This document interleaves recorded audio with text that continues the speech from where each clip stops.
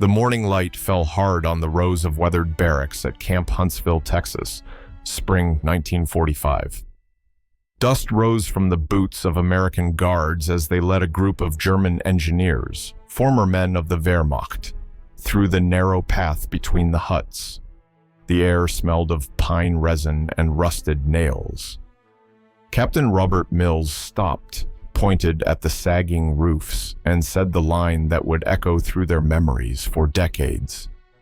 "You destroyed half the world. Let's see if you can fix one roof." The Germans froze. They had expected punishment, not permission. The silence between them lasted longer than the Texas wind. Then one man, Carl Schneider, a 39-year-old structural engineer from Hamburg, looked up and murmured, "It's a fair start." Behind him, a dozen men, once trained to design tank bridges over the Dnieper, now faced a row of broken wooden walls as their new battlefield. Officially, it was recorded as a routine work order for barracks improvement filed by the War Department in 1945. Unofficially, it became a moment of reversal. Men who had built fortifications for destruction were now asked to mend their own shelter. The paradox stung and healed at once. Their hands had known the feel of cold steel, of drafting pens sketching the geometry of conquest. Now they were given hammers. The tools looked almost absurd in hands that once held compasses and blueprints marked Geheim. The Americans stood back, curious. Lieutenant Mills had read in a report that German engineers could build a bridge in under 12 hours. He wanted to see what they could do with a wall. The first nails went in hesitantly. The hammer blows were irregular, uncertain, as though each strike carried the weight of things broken far away.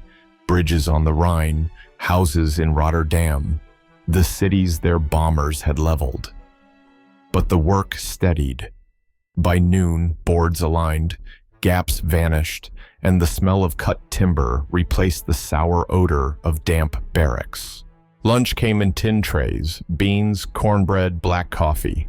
One POW, Otto Krieger, noted later in his diary, "The Americans feed us as if we had done nothing wrong, yet they watch us as if we might start another war with wood and nails." That mixture of suspicion and tolerance became the strange rhythm of their captivity. Outside, a guard leaned against the fence, whispering to another, "They're good, real good, almost too good." The remark floated across the yard like a rumor that couldn't find a home. As the sun fell and shadows stretched under the repaired roof, the Germans stood back to inspect their work. The barracks still looked plain, but something inside them shifted, a sense that creation, even under guard, could be a form of release. Carl wiped his hands, looked at the building, and said quietly, "We broke so much. Maybe this is how we start paying back." That night, the camp slept beneath patched shingles that no longer leaked. Rain began to fall around midnight, and for the first time in months, no one woke to drops on their blankets. The next morning, Lieutenant Mills signed a note in the daily log. POW engineers repaired North Row, no leaks reported. He didn't know he had just written the first line of a different kind of reconstruction. The rebuilding of dignity, one roof at a time. If you value stories like this, don't forget to like and subscribe. It helps preserve forgotten chapters of history. Where are you watching from tonight? What time is it where you are? The first hammer fell, and the sound startled everyone. It wasn't loud, but sharp and clear, echoing through the pine trees around Camp Huntsville like a gunshot that had forgotten what side it was on. The man swinging it, Corporal Hans Ritter, an engineer from Würzburg, paused for a moment listening. "I didn't realize freedom also makes this sound," he said under his breath. No one answered, but the others felt it too. For the first time in months, their work created instead of destroyed. Ritter, who once designed bunkers along the Siegfried Line, now straightened crooked nails on a wooden frame. His hands were steady, but his thoughts trembled. He wrote in his diary that night, "We build again, But this time we do not salute before we begin." The Americans watched with cautious interest. Sergeant William Henson, who oversaw the project, was a carpenter from Illinois before the war. He walked among the prisoners, noting their precision. "They measured twice, cut once, just like us," he muttered, half admiring, half uneasy. The work detail logs from Fort Eustis in 1945 confirm similar moments. POW engineers restored barrack interiors voluntarily. Tools returned in better condition than received. By afternoon, the rhythm of hammering spread across the camp like a new language. Tap, pause, tap, a dialogue between guilt and redemption. Each strike echoed across the wire, past the watchtowers, and out into the humid Texan air. Even the guards stopped talking, as if the sound carried something sacred. A rumor soon drifted through the camp. The Germans weren't fixing barracks because they had to. They were doing it better than asked. Some carved joints at perfect 45-degree angles. Others reinforced window frames using salvaged metal strips from old ration crates. An American officer later joked, "They're improving the U.S. Army's own buildings." But behind the jest lay a quiet respect. During a break, Ritter shared a cigarette with an American guard named Tom Bradley. They leaned against a pile of lumber, watching the others work. Bradley asked, "You really like this, don't you?" Ritter exhaled smoke, smiled faintly, and replied, "It's the first thing in years that won't explode." That night, the camp glowed faintly under the floodlights. From afar, it looked like an ordinary construction site. Men working late, tools clinking, sawdust in the air.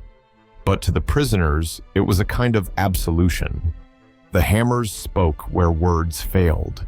In a small note found decades later in the Fort Eustis archives, a POW had written, "Each nail we drive is a prayer that something in us can still be straight." No one knows his name. The next morning, when the first rays of sun touched the tin roofs, the barracks looked transformed, simple, sturdy, clean. A U.S. guard nodded in approval and muttered, "Sounds like freedom." For once, everyone agreed. They began with the cracked wall on the eastern side of Barrack 14, a long split running from the floor to the roof beam like an old scar refusing to heal. The American officer pointed at it and said, "Reinforce that first." The Germans nodded. Among them was Private Erich Lang, a 27-year-old architectural apprentice from Dresden, whose city had been reduced to ash only months earlier. He touched the fissure gently, then whispered to himself, "It looks like home." For 3 days, the men worked in silence. They mixed cement from lime and crushed gravel, cut wooden ribs for internal support, and patched gaps with salvaged boards from dismantled crates stamped U.S. Army ordnance. When the wall finally stood straight again, it looked almost proud. But something in Lang's chest still ached. A need to leave behind more than repairs. So on the 4th day, he approached Lieutenant Henson with a shy request, a bit of paint if possible, to cover the stain on the new plaster. Henson hesitated but agreed. That evening, after roll call, Lang stayed behind with 2 others and began to paint. By the light of a single bulb, they outlined a small cottage with smoke curling from its chimney, a tree beside it, and a winding path fading into the distance. When a U.S. guard walked by, he stopped. "You're home?" he asked. Lang smiled softly. "No," he said. "What a home should be." The next morning, the mural drew quiet attention. It wasn't grand, but it changed the room. Men who had once seen only walls now saw warmth. Even American officers lingered for a look. Someone brought a radio and tuned to a soft jazz station from Houston. For a brief hour, the barrack felt less like a cage and more like a workshop of hope. The Camp Algona Cultural Report later recorded a similar moment in 1945. POWs painted murals inside repaired barracks, landscapes without flags, expressions of longing rather than propaganda. For military men accustomed to blueprints and orders, painting was rebellion through gentleness. That night, while others slept, Lang added one more detail: a small open window in the painted cottage with light spilling out. He said quietly to himself, "So someone knows we are still inside." A fellow prisoner, Wilhelm Hager, scribbled in his notebook, "When he painted that window, it felt like air entered the room." By the end of the week, the barracks smelled of sawdust and turpentine. The men sat beneath their mural in silence, neither proud nor ashamed, only human again. For once, the space they built did not belong to orders, but to memory. Outside, a thunderstorm rolled across the plains. Rain tapped on the roof they had repaired days earlier.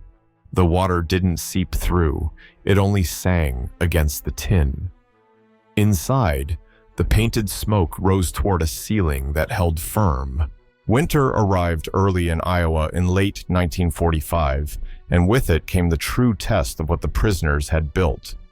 The barracks they had repaired stood in a neat line along the frozen field of Camp Algona, their roofs heavy with snow. Temperatures dropped below -15. Wind tore across the plains, slicing through gaps in the wooden walls of the older huts, but one row, Barrack 9 through 12, remained firm. These were the ones the German engineers had reinforced with diagonal wooden braces, the kind used in alpine barns back home. When the storm hit hardest on Christmas Eve, ice piled on the roofs like armor. Guards huddled near stoves, listening to the howling outside. In the morning, as dawn broke over the white fields, they walked out expecting collapse. Instead, the German-built row stood untouched, straight as a rifle line. Lieutenant Charles Duval, who oversaw maintenance, wrote in his inspection report, "Their precision saved our supplies." The sentence seemed small, but for the men who had once designed fortifications for war, it was redemption. Hans Ritter, the same man who once compared hammering to freedom, smiled faintly when he heard the news. "German precision," he muttered to his friend Otto, finally used to keep men warm. In the mess hall, a few American soldiers clapped as the prisoners entered for breakfast. It wasn't applause of gratitude exactly, more an acknowledgement of skill, a grudging respect earned not through rank or power, but through craft. For the engineers, that moment mattered more than medals. A Red Cross observer visiting the camp later noted, "Technical mastery became their moral refuge." For months, they had been shadows of their former selves, stripped of uniform and pride. Now, through a few roofs and walls, they regained fragments of identity, not as conquerors, but as builders. Evening brought quiet conversation. One guard asked an older prisoner, "Why do you work so carefully when no one forces you?" The man replied, "Because if we do it badly, it means the war is still inside us." Outside, the snow thickened again, muffling every sound. Inside, warmth radiated from small stoves, and the men read letters from home. One letter, dated February 1946, from a wife in Leipzig read, "Our house is gone, but knowing you build keeps me alive." He folded the paper slowly, touched the wall beside his bunk, and whispered, "Then this wall is yours." When spring returned, the rest of the camp bore marks of the winter's wrath. Collapsed roofs, warped doors, but the barracks they built still stood perfect. The Americans began sending other prisoners to learn their methods, calling it the German way of carpentry. What began as punishment had become protection. The same precision that once tightened the bolts of war now held a roof over strangers' heads. And as the snow melted, dripping softly from their eaves, one truth settled quietly over the camp. Redemption, like architecture, was not a single act. It was the art of holding together what others had left broken. The spring thaw came slowly, turning Camp Huntsville's red earth into rivers of mud. Work orders kept coming, new roofs, stronger beams, floors to be rebuilt. But one man asked for a different assignment. His name was Captain Friedrich Adler, once an engineer officer with the Wehrmacht's 2nd Panzer Division. Before the war, he had designed municipal bridges in Stuttgart. Now stripped of rank and uniform, he requested to lead the POW work detail repairing the last row of barracks. Lieutenant Mills, surprised, asked, "Why volunteer?" Adler hesitated, then answered, "Because I once destroyed bridges. Maybe I can rebuild at least a roof." That sentence spread across the camp like a gust of wind, quoted by guards whispered among prisoners. The Red Cross observer who visited that week wrote in his notes, "POW engineers volunteered to repair housing for morale improvement. Their tone suggests contrition, not compulsion." Adler's team worked with almost ceremonial focus.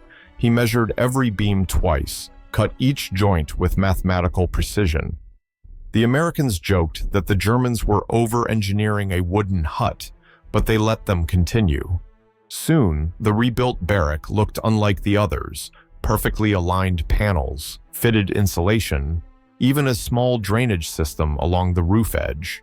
During lunch breaks, Adler sat on an overturned crate with a mug of coffee, the same bitter army brew everyone drank. Sometimes he shared quiet jokes with Sergeant Henson, the American carpenter, about whose hammer grip was better.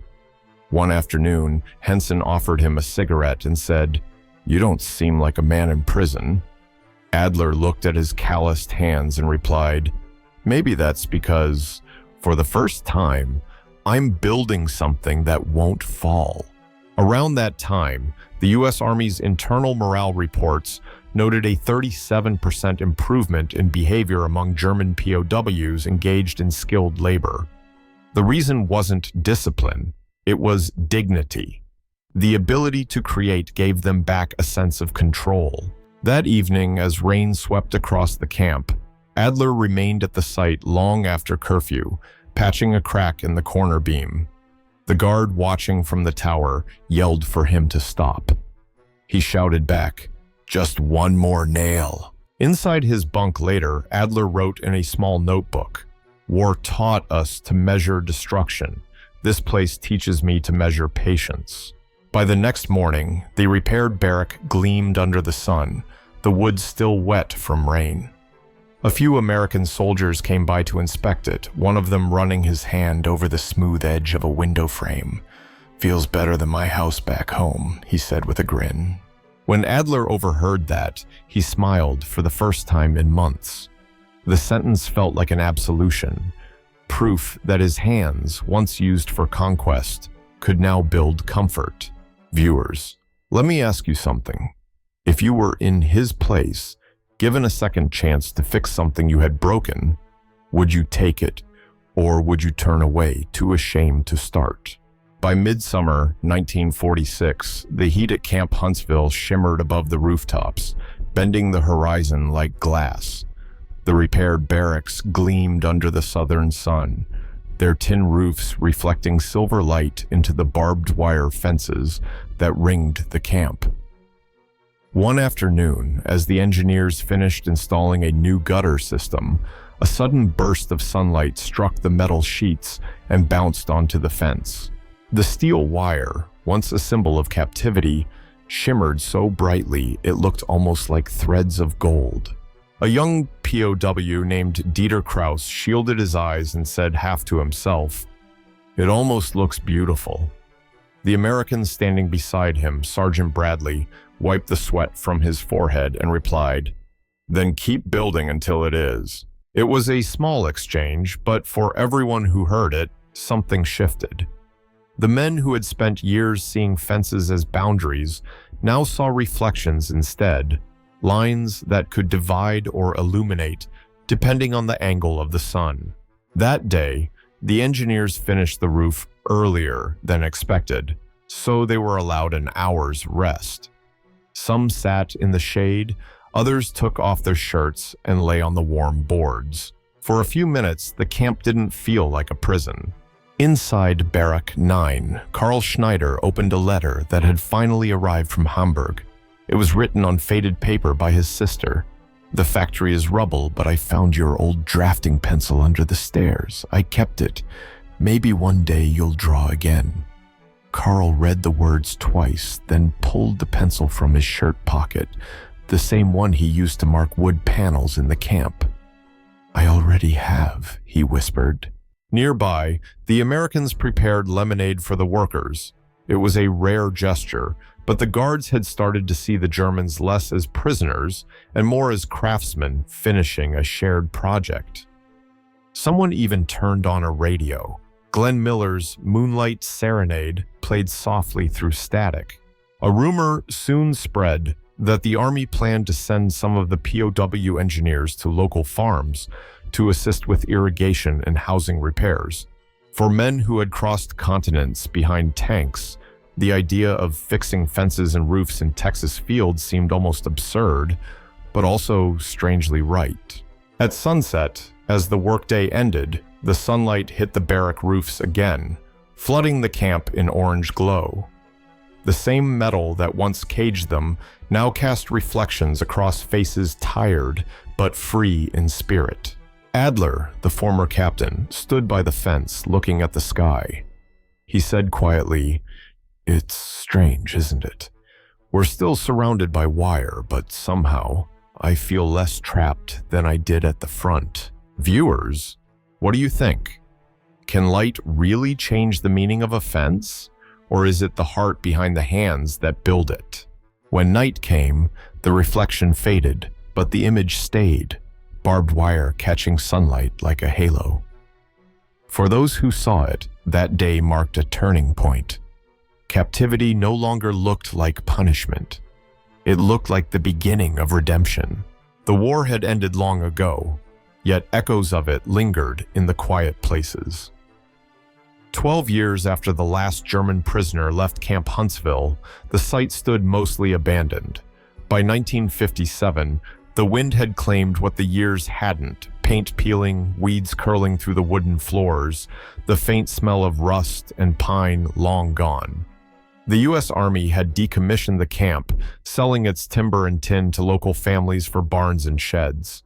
One of those families, the Thompsons, bought the roof panels from the very barrack the German engineers had repaired in 1945. As they pried apart the boards, they found something strange. Faint handwriting burned into the underside of a beam, written in charcoal. It read, "We built this not because we had to, but because we could again." The farmer didn't understand the words at first. His wife, who had grown up nearby, explained that German POWs once lived there. He paused, touched the old wood, and said, "Then they built this with their hearts, not their hands." That beam would later support his storage shed, and for decades afterward, every storm that passed through Walker County beat against a roof held firm by the work of former enemies. Archival records from the War Department's Rehabilitation Division list the Huntsville project as a technical success. But that cold phrase hides the human truth. For the men who labored under that sun, rebuilding the very structures they had once slept in was not just construction, it was confession. Captain Friedrich Adler, released in late 1946, returned to Stuttgart and found his home in ruins. Yet he refused to rebuild bridges for the military again. Instead, he designed schools and hospitals. When asked why, he said, "Because they hold, not divide." His quote appeared years later in a Red Cross post-war report as an example of constructive rehabilitation. Karl Schneider returned to Hamburg and taught drafting to apprentices. He kept his old camp hammer on his desk until his death in 1978, calling it the sound that woke my conscience. As for Erich Lang, the young artist who painted the mural of the cottage, no one knows what became of him, but the mural survived. When the barrack was dismantled, a piece of the wall bearing his painting was salvaged by a local teacher who kept it in her attic. Decades later, it was donated to the Camp Huntsville Museum. The curator described it as a fragment of humanity in uniform. And so, the legacy of those repairs outlasted the camp, the fences, and even the war itself. What began with a single command, "Fix what you broke," ended as a quiet triumph of spirit. The roofs they built sheltered not only soldiers, but later farmers, families, and memory itself. By the time the last beam was repurposed, the barrack was gone, but the handwriting remained, immortalized in archives and in the whispers of those who remembered. In the end, the men who once destroyed bridges learned the hardest truth of all. It is far more difficult to rebuild what you've broken than to win any war. Years later, when visitors walk the quiet fields of the old Camp Huntsville site, there's little to see but grass, wind, and the faint outline of foundations long reclaimed by soil. Yet if you stand there at sunset, when the sky turns the color of rusted tin, you can almost hear it. The soft rhythm of hammers from 80 years ago, the patient sound of men who were learning how to build again. History often remembers destruction better than repair. We count the bombs dropped, the bridges lost, the cities erased. But few remember the men who, behind barbed wire, learned that restoration could be its own form of victory. The engineers of Huntsville, Algona, and Fort Eustis never set out to redeem themselves in history books. They rebuilt walls simply because it was the only honest thing left to do. And in that quiet labor, they found a version of freedom no treaty could sign. A Red Cross official once wrote, "They worked as though rebuilding could erase memory." He was wrong. Nothing erases memory. But what those men achieved was something else entirely. They transformed memory. The same hands that once measured for destruction now measured for strength. The same eyes that saw cities in ruin now saw beauty in the straightness of a beam, the alignment of a joint, the way sunlight could make barbed wire look almost like lace. One of the surviving POWs, interviewed in the 1970s, said he still dreamed of the sound of nails being driven into wood. He said it was not guilt, but peace that echoed in those dreams. Perhaps that is what history really asks of us, not to forget the breaking, but to honor the rebuilding. They came to America as enemies and left as craftsmen. They arrived stripped of rank, ideology, and homeland, yet they departed with something no uniform could give them, a sense that dignity, like architecture, survives through design, care, and patience. And so, the story of those roofs, those walls, those hammer strokes, becomes more than a footnote. It becomes a quiet testimony that even after the darkest chapters of war, humanity still holds the tools to repair itself.